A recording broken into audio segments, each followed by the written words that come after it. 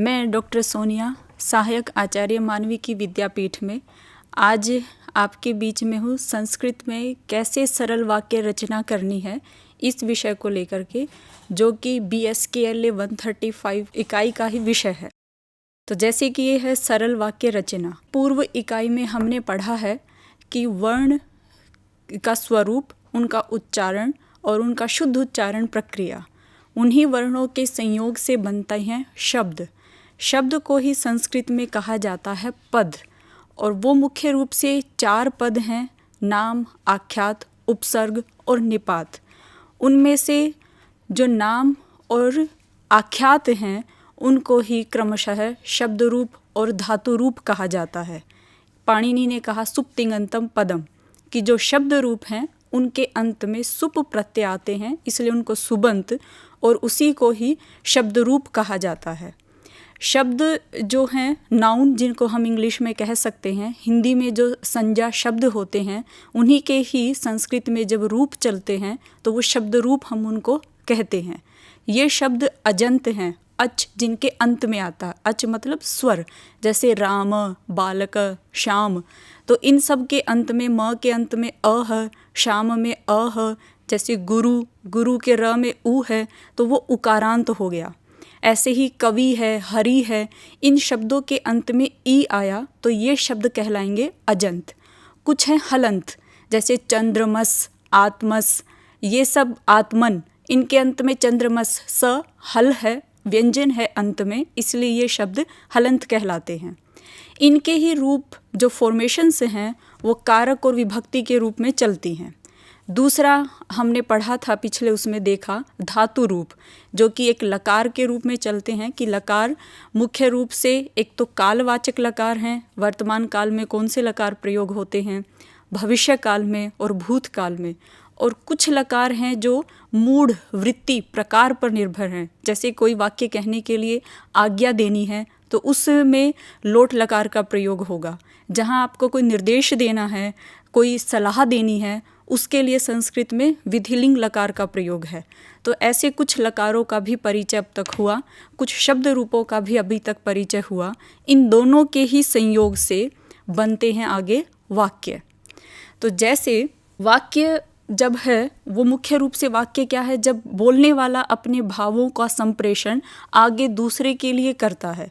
तो बात करते हुए एक बोलने वाला व्यक्ति है, एक उसके सामने है, और एक जिस विषय में वो बात कर रहे हैं तो वो तीसरा। तो ऐसे करके 3 इनमें मुख्य बोलने वाले, सुनने वाले और जिस विषय में बात की जा रही है, वो 3 कंटेंट हमारे पास होते हैं।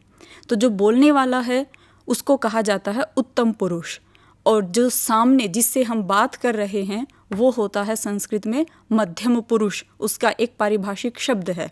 और जिस थर्ड पर्सन, जो हमारे बीच अभी सामने नहीं है, जिसके विषय में बात हो रही है, वो कहलाता है प्रथम पुरुष।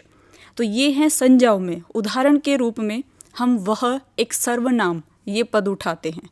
वह किसी पुरुष के लिए जब मेल के लिए प्रयोग किया जाएगा तो संस्कृत में उसको कहा जाएगा सह, और मैं के लिए है अहम, और तुम जो सामने वाला है उसके लिए आता है त्वम। तो जब हम बात कर रहे हैं कि वह पढ़ता है, तो वह यहाँ पर है एक सब्जेक्ट, कर्ता। तो इस कर्ता की संस्कृत होगी सह, एक वचन में। हम जानते हैं कि संस्कृत में 3 वचनों में रूप चलते हैं, सह, तौ, ते। एक वचन में सह, द्विवचन में तौ और बहुवचन में ते। तो जब वह पढ़ता है, यहाँ हमने सब्जेक्ट को फाइंड किया, सब्जेक्ट कर्ता हमारा मिला वह, और इसका पढ़ता है। अब क्रिया में इसका अनुवाद करना हमें संस्कृत में, तो पढ़ता है ये देखा, वर्तमान काल की बात की जा रही है। वर्तमान काल में लट लकार का प्रयोग होता है, जिसके रूप पठति, पठतः, पठन्ति, पठसि, पठतः, पठतः, पठामि, पठावः, पठामः। आप ध्यान देंगे तो 3 बाई 3 कुल यहाँ पर 9 प्रकार से पठ धातु लट लकार में, जो कि वर्तमान काल की रूप हैं, 9 प्रकार से उसमें चेंजेज आए हैं। पहला है प्रथम पुरुष, वही कि जो थर्ड पर्सन, जिसको इंग्लिश में हम थर्ड पर्सन कहते हैं, अन्य व्यक्ति जो आमने सामने बात करते हुए वहाँ नहीं हैं, उसके बारे में जब बात की जा रही है, उसके लिए अगर हमें अनुवाद करना है तो हम पहली वाली पंक्ति में से ही एक संस्कृत की यहाँ पर क्रिया रूप का चयन करेंगे। तो पठति ये एक वचन का रूप, एक वचन, द्विवचन और बहुवचन 3 वचनों में ही रूप चलते हैं।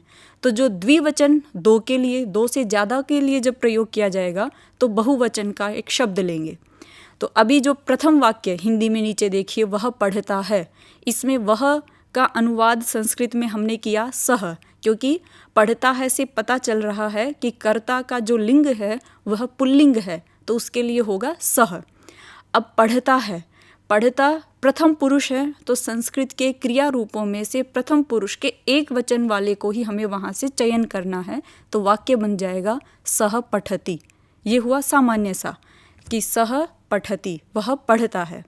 अब कहें कि वो दोनों पढ़ते हैं, वही कर्ता को देख करके पहचान करनी कि प्रथम पुरुष है कि मध्यम पुरुष है कि उत्तम पुरुष है, उसके अनुसार ही हम अपने कर्ता का अनुवाद संस्कृत में, तो वे 2 हैं, वही पुल्लिंग हैं, तो सह इस शब्द के जब रूप चलेंगे तो द्विवचन में बनेगा तऊ, तो सह तऊ, तऊ कर्ता हुआ। अब पढ़ता है, इसका वाक्य कर लेने के लिए जो क्रिया रूप चले हुए हैं उसके द्विवचन का ही पठतः ये प्रयोग करेंगे। तो वे दोनों पढ़ते हैं, इसका अनुवाद हुआ तऊ पठतः। अब कहें मैं पढ़ता हूँ, तो मैं कहते हुए कि मैं कौन हूँ, स्वयं बात करने वाला, उसको कहा जाता है उत्तम पुरुष। तो उत्तम पुरुष म का संस्कृत अनुवाद होता है अहम, मैं। इसको ही इंग्लिश में से आई एम बोल देते हैं, वही अहम का ही एक दूसरा रूप है, और अहम इसका संस्कृत अनुवाद हुआ। तो अहम, अब हमने देखा ये है उत्तम पुरुष। तो अब क्रिया रूप में से भी जो संस्कृत अनुवाद क्रिया रूप का लिया जाएगा वह उत्तम पुरुष वाली पंक्ति में से प्रथम लिया जाएगा, क्योंकि मैं अकेला एक वचन है, तो अहम पठामी, ये उसका अनुवाद होगा। ये अनुवाद हुआ हमारा लट लकार का, कि लट लकार में वर्तमान काल के वाक्य का प्रयोग करते हुए संस्कृत में जब अनुवाद करना है तो उसका सामान्य सरल अनुवाद किस प्रकार होगा कि कर्ता अगर हमारा प्रथम पुरुष का है तो क्रिया के साथ क्रिया का अनुवाद भी प्रथम पुरुष का ही। कर्ता हमारा मध्यम पुरुष है, जैसे कि तू पढ़ता है, तू में सामने वाले की बात की जा रही है। सामने वाले के लिए जो संस्कृत में एक पारिभाषिक शब्द वह है मध्यम पुरुष, तो मध्यम में उसका अनुवाद होगा त्वम। तो मध्यम पुरुष का ही क्रिया रूप लेंगे और वह भी एक वचन का, तो त्वम पठसी, तुम सब पढ़ते हो, तो सब पढ़ते हैं, तो पठसी पठतः पठतः, सबसे लास्ट वाला, बीच का लास्ट अंतिम जो है वो है मध्यम पुरुष के बहुवचन के लिए, तो वहाँ हम प्रयोग करेंगे पठथ। तो ये है एक तरह से अनुवाद करने की प्रक्रिया। अब अगर हम पठ धातु का ही मान लीजिए भूतकाल में प्रयोग करना है कि उसने पढ़ा या मैंने पढ़ा था, ये बात कहनी है, तो भूतकाल के लिए प्रयोग होता है लंग लकार का। और लंग लकार के क्रिया रूपों की रचना आप जानते ही हैं कि उसमें शुरू में अ दिखाई देता है, जैसे अपठत, अपठताम, अपठन, ऐसे उसके क्रिया रूप चलते हैं। तो यहाँ भी वही प्रथम पुरुष का कर्ता, तो प्रथम पुरुष के ही धातु रूप का प्रयोग इसमें किया जाएगा। ऋट लकार का प्रयोग करना है तो ऋट लकार कब होगा, भविष्य काल में, जब हम फ्यूचर की बात की वह पढ़ेगा, तो पढ़ेगा होते ही पठ धातु के ऋट लकार के रूपों को हम देखेंगे और उनमें से उन 9 में से कौन सा प्रयोग करेंगे, वही नियम कि अगर कर्ता प्रथम पुरुष तो प्रथम पुरुष की ही क्रिया रूप का प्रयोग, कर्ता अगर मध्यम पुरुष तो मध्यम पुरुष के ही क्रिया रूप का प्रयोग उसमें किया जाएगा। ऐसे ही आज्ञा दे तो कि तुम पढ़ो, कि वह पढ़े, ऐसे आज्ञा देनी है, उस समय हम कौन से लकार का प्रयोग करेंगे, लोट लकार का। तो हर एक लकार में 3/3 9 रूप हमें दिखाई देते हैं। पहली पंक्ति होगी हमेशा, जैसे पिछली स्क्रीन पर है वही, प्रथम पंक्ति जो लिखी जाती है क्रिया रूपों में, पठति पठतः पठन्ति, वह प्रथम पुरुष की है। बीच वाली पंक्ति मध्यम पुरुष की है और अंतिम वाली पंक्ति उत्तम पुरुष की है। तो कर्ता के अनुसार कर्ता एक वचन तो क्रिया रूप भी एक वचन, और किस बॉक्स का लेंगे वो हमारे कर्ता पर निर्भर करता है। ये है बिल्कुल सामान्य कि बस अगर वाक्य में कर्ता है और क्रिया है तो इस तरह से अनुवाद हम वहाँ कर लेंगे। अगर वाक्य में और भी 2-3 चीज़ें हैं कि वह पढ़ता अब तक सामान्य था, अब कहीं वह पत्र पढ़ता है या वह अखबार पढ़ता है, तो इसका अनुवाद क्या करें, अखबार के साथ अब संस्कृत में कैसे चेंज होगा। तो देखिए, जो भी क्रिया को करने वाले हैं, करने में हमारी सहायता करते हैं, पूर्ण करने में सहायक होते हैं, करने वाले, क्रियान्वयितम कारकम, क्रिया को करने वाले, उनको कारक कहा जाता है। कि जैसे हम कहें कि यह पेन राम को दे दो, देने की एक क्रिया हो रही है। कौन कौन कर रहा है कि एक तो पेन बताया जा रहा है कि ये पेन देना है, एक देने वाला है और एक किसी को दिया जा रहा है।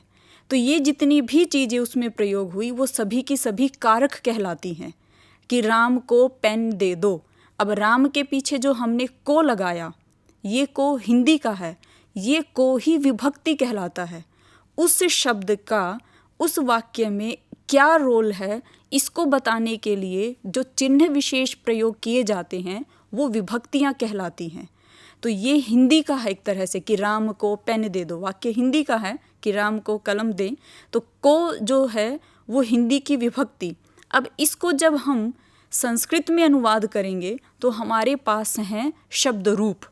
तो जो शब्द रूपों में अगर आप देखें तो प्रथमा विभक्ति, जब हमें किसी शब्द को एक कर्ता के रूप में प्रयोग करना है तो वहाँ हम प्रथमा विभक्ति का प्रयोग करेंगे। किसी शब्द को एक कर्म के रूप में कि जिसके ऊपर क्रिया का, व्यापार का फल पड़ रहा है, वो प्रयोग कर रहे होंगे, तब हम द्वितीया विभक्ति का प्रयोग करते हैं। तृतीया विभक्ति कब आती है? करण कारक में। और करण कारक कब बनता है? जिसके माध्यम से, जैसे कि वह पेन से पत्र लिखता, कलम से पत्र लिखता है, तो लिखने रूपी क्रिया पेन से की जा रही है, तो पेन इस वाक्य में करण होगा। और करण को संस्कृत में दिखाने के लिए उस शब्द के पीछे हमें तृतीया विभक्ति लगानी पड़ती है। ऐसे ही जब कोई क्रिया किसी के लिए की जा रही है कि बच्चों के लिए फल दे दें, तो यहाँ जो फल देने की क्रिया, देने की क्रिया हो रही है वह बच्चों के लिए है, तो बच्चे इस वाक्य में संप्रदान बन जाते हैं। और संप्रदान के लिए, जैसे इसमें हिंदी में हमने उसके पीछे के लिए लगाया, संस्कृत में उसके लिए चतुर्थी विभक्ति, जैसे रामाय कि राम के लिए फल देना है, तो के लिए इसका एक इकट्ठा शब्द बन जाता है रामाय। यही संस्कृत की एक विशेषता है कि वहाँ पर कम से कम शब्दों के माध्यम से ज़्यादा कहा जा सकता है। हिंदी में हम के लिए अलग से 2 शब्दों का प्रयोग करते हैं, इन्हीं को ही इंक्लूड सब समाहित संस्कृत में विभक्तियाँ कर लेती हैं, वो है रामाय। तो राम के लिए क्या है? फल देना। ये है कारक। तो कारक क्या हुए? क्रिया को जो करते हैं, और इन कारकों को जो बताने वाली हैं, इनके जो चिन्ह हैं, उनको कहा जाता है विभक्तियाँ। और वो विभक्तियाँ हैं 7 कि प्रथमा विभक्ति, द्वितीया विभक्ति, तृतीया, चतुर्थी, पंचमी, षष्ठी और सप्तमी। संबोधन में हम प्रथमा का ही प्रयोग करते हैं। तो ये कारक और विभक्तियाँ। अब हम वाक्य को देखेंगे कि राम पुस्तक पढ़ता है। इसमें क्या है? राम है कर्ता, क्योंकि पढ़ने वाला वही है। तो राम की जब अनुवाद करेंगे तो यहाँ से हम इन 7 विभक्तियों में से कौन सा लेंगे? प्रथमा विभक्ति का एक वचन, क्योंकि एक राम है, तो रामः पुस्तक पढ़ता है। अब पुस्तक का क्या रोल है? पुस्तक को पढ़ा जा रहा है, तो इस वाक्य में पुस्तक एक कर्म हुई। तो पुस्तक को कर्म में जब संस्कृत में अनुवाद करना होगा, तो कर्म के लिए अभी आपको बताया कि हम द्वितीया विभक्ति का प्रयोग करेंगे। तो द्वितीया विभक्ति में जैसे रामम लिखा हुआ है, ऐसे ही पुस्तक को जब हम यहाँ लिखेंगे तो पुस्तकम। तो रामः पुस्तकम। अब पढ़ता है, पढ़ता क्या हुई कि आपको पढ़ता को देखते ही एक तो लकार का पता चल जाएगा कि वर्तमान काल की बात की जा रही है, वर्तमान की बात है, तो उसके लिए हम प्रयोग करेंगे लट लकार। और लट लकार में पढ़ता की धातु क्या है? पठ। इस पठ धातु के लट लकार में रूप कैसे चलते हैं? पठती, पठतः, पठन्ति। तो उन 9 में से कौन सा एक लेंगे? पठती। क्यों लेंगे? क्योंकि वही राम हमारा एक वचन और प्रथम पुरुष है, इसलिए उसके लिए क्रिया भी हम एक वचन और प्रथम पुरुष के ही प्रयोग करेंगे। तो वाक्य राम पुस्तक पढ़ता है, इसका अनुवाद क्या हुआ, रामः पुस्तकम पठति। तो अब दूसरा देखें कि मान लीजिए हम कहते हैं कि राम मोहन को देखता है, या तीसरा राम पुस्तक से पढ़ता है, कि जो पढ़ने की क्रिया है वो कब कंप्लीट हो रही है, उसको कौन सहायता दे रहा है। राम कहाँ से पढ़ रहा, पुस्तक से। तो पुस्तक जो है एक तरह से उसमें करण का कार्य करती, मीडियम का कार्य कर रही है। तो ये करण को दिखाने के लिए संस्कृत में जब अनुवाद करेंगे तो उस समय हम उसकी विभक्ति तृतीया लगाएंगे। तो पुस्तक शब्द की तृतीया विभक्ति क्या होगी, पुस्तकेन। तो राम करता है, कर्ता के लिए वही प्रथमा विभक्ति का एक वचन, तो वो होगा रामः। पुस्तक अभी करण के रूप में आया, करण कारक बना, करण कारक के लिए विभक्ति तृतीया लगती है, तीसरी विभक्ति, और ये सब एक वचन के हैं क्योंकि पुस्तक एक पढ़ी जा रही है। तो पुस्तकेन अब है पढ़ता है, क्रिया है ये। तो क्रिया कौन सी, राम हमारा सब्जेक्ट, कर्ता जो है इस वाक्य में वह प्रथम पुरुष का, तो क्रिया भी प्रथम पुरुष की होगी। अब अगर हम कहें कि मैं पुस्तक से पढ़ती हूँ, ध्यान दीजिए, मैं पुस्तक से पढ़ती हूँ, इस वाक्य में कर्ता परिवर्तित हो गया, कर्ता हमने प्रयोग किया मैं कौन है, उत्तम पुरुष। उत्तम पुरुष के इस मैं का अनुवाद होगा अहम। अहम चाहे कोई पढ़ने वाला स्त्री हो या पुरुष हो, दोनों का ही अहम ये रूप बनता है। तो मैं अहम हो गया, पुस्तक पढ़ती हूँ, तो पुस्तक से पढ़ती हूँ, तो वही पुस्तक इसमें बनती है एक करण मीडियम, और मीडियम के लिए है करण। तो करण का जब प्रयोग उसमें करेंगे तो पुस्तकेन, पढ़ती हूँ। अब यहाँ परिवर्तन होगा, तो पढ़ती हूँ, जैसे कि पीछे उसमें हम देख रहे थे कि पढ़ने के लिए क्या है, पठति पठता पठन्ति पठामि। उत्तम पुरुष के लिए क्रिया हम वही प्रयोग करेंगे जो उत्तम पुरुष के एक वचन के लिए है, और वह है पठामि। तो अहम पुस्तकेन पठामि, मैं पुस्तक से पढ़ता हूँ या पढ़ती हूँ, दोनों में अहम ही रहता है। अब ये कहा जाए कि तू बालक को फल देता है। अब देखिए इसका अनुवाद कैसे करेंगे कि तू बालक को फल देता है। तो तू हुआ इसमें एक कर्ता, तो उसके लिए हुआ त्वम। बालक को मतलब देने की क्रिया बालक के लिए की जा रही है, तो बालक इसमें बना संप्रदान। और संप्रदान के लिए कौन सी विभक्ति आती है, संप्रदान के लिए आएगी चतुर्थी विभक्ति। तू बालक के लिए फल देता है, तो त्वम बालकाय फलम, फल देता, फल को दिया जा रहा है। तो देने की क्रिया का एक्शन फल के, फल यहाँ से उठ करके वहाँ गया, तो ये जो व्यापार का प्रभाव है वह फल के ऊपर हुआ। तो फल इसमें कर्म है, और कर्म के लिए आती है द्वितीया विभक्ति, तो फलम। और देता है, देता के लिए दा, ये रूट है, धातु है, इसके रूप ददाती, कि त्वम बालकाय फलम ददाती। ये एक तरह से अनुवाद करने की प्रक्रिया है। इसमें हमें बस ध्यान से वाक्य को देख करके कारक की पहचान आनी चाहिए कि वो कारक कौन सा बन जाता है। जैसे सामान्य ऐसा एक वाक्य, पेड़ से पत्ता गिरता है। अब गिरने की क्रिया हो रही है, पत्ता गिर रहा है और एक पेड़ है। अब इसका अनुवाद किस रूप में करेंगे, पत्ता गिर रहा है तो पत्रम पतति, पत्ता तो कर्ता बन गया, वो गिर रहा है। पेड़ से गिर रहा है, तो पेड़ से गिरने के बाद पेड़ वहीं है, पत्ता उससे अलग हुआ, डिटैच हुआ, तो ये पेड़ बन जाता है अपादान। इसकी पेड़ की इस समय संज्ञा हो जाती है। इस यहाँ पर जो वृक्ष शब्द या पेड़ शब्द हमने इस वाक्य में प्रयोग किया वह बन जाता है अपादान। जैसे है ना, कर्ता ने कर्म को करण से संप्रदान के लिए अपादान से अलग होने में। तो कोई चीज़ जब अलग हो रही हो जहाँ से या से हम करते हैं, तो जहाँ से वो चीज़ अलग हो रही है उस स्थिर की, ध्रुव की अपादान ये संज्ञा होती है। तो अपादान तो बन गया वो। अब अपादान वाली इस वृक्ष का अनुवाद कैसे करना, उसके पीछे संस्कृत में क्या परिवर्तन, तो उसके लिए अपादाने पंचमी, अपादान में पंचमी विभक्ति आती है। तो जैसे राम की पंचमी क्या दिख रही है, रामात, तो हमारा वृक्ष शब्द है, पेड़ का वृक्ष बना, तो वृक्ष की पंचमी में क्या करेंगे, अंत में आत जोड़ना है, वृक्षात। तो वृक्षात पत्ता गिरता है, पत्ता पत्रम, वो गिर रहा है, गिरने वाला पत्ता ही है, तो पत्ता पत्र जो है वो करता हुआ, तो पत्रम पतति, वृक्षात पत्रम पतति। अब अगर हम कहें राम वृक्ष से गिरता है, तो वही पहले राम भी जो वृक्ष से पत्ता गिर रहा था, पत्ता भी क्या है, प्रथम पुरुष है, उसमें मैंने स्वयं बात करने वाला, जैसे मैं इन्फॉर्मेशन दे रही हूँ कि वृक्ष से पत्ता गिर रहा, आपको बता रही हूँ, तो इसमें जो पत्ता है वो थर्ड चीज़ है, न आप है न मैं हूँ, कोई तीसरा अन्य है, वो प्रथम पुरुष बना, प्रथम पुरुष बना। इसलिए जब पत धातु के रूप चलेंगे तो उसमें से भी उसका जो प्रथम पुरुष का है वही वहाँ पर प्रयोग किया जाएगा।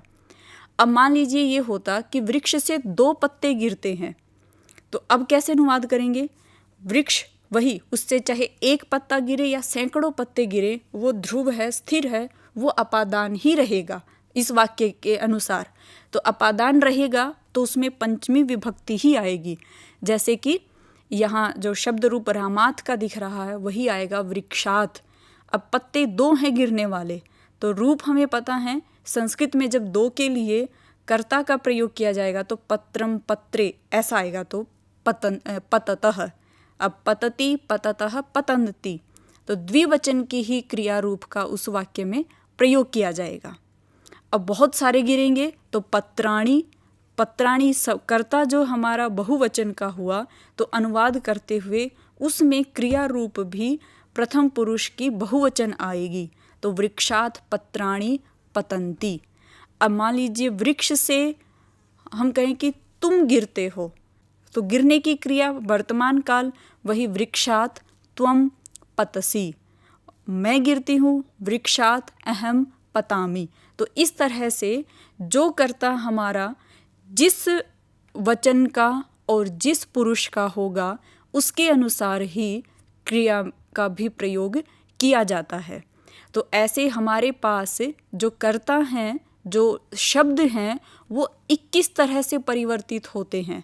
वो या तो एक कर्ता के रूप में वाक्य में आएंगे, या वो कर्म के रूप में वाक्य में आएंगे, या करण के रूप में, संप्रदान, अपादान या संबोधन। संबोधन कारक नहीं है, वो क्रिया को करने में सीधा सीधा सहायक नहीं होता। तो इस तरह से जो संबंध है वो कारक नहीं, बस संबंध को बताने के लिए विभक्ति प्रयोग की जाती है, वह है षष्ठी विभक्ति।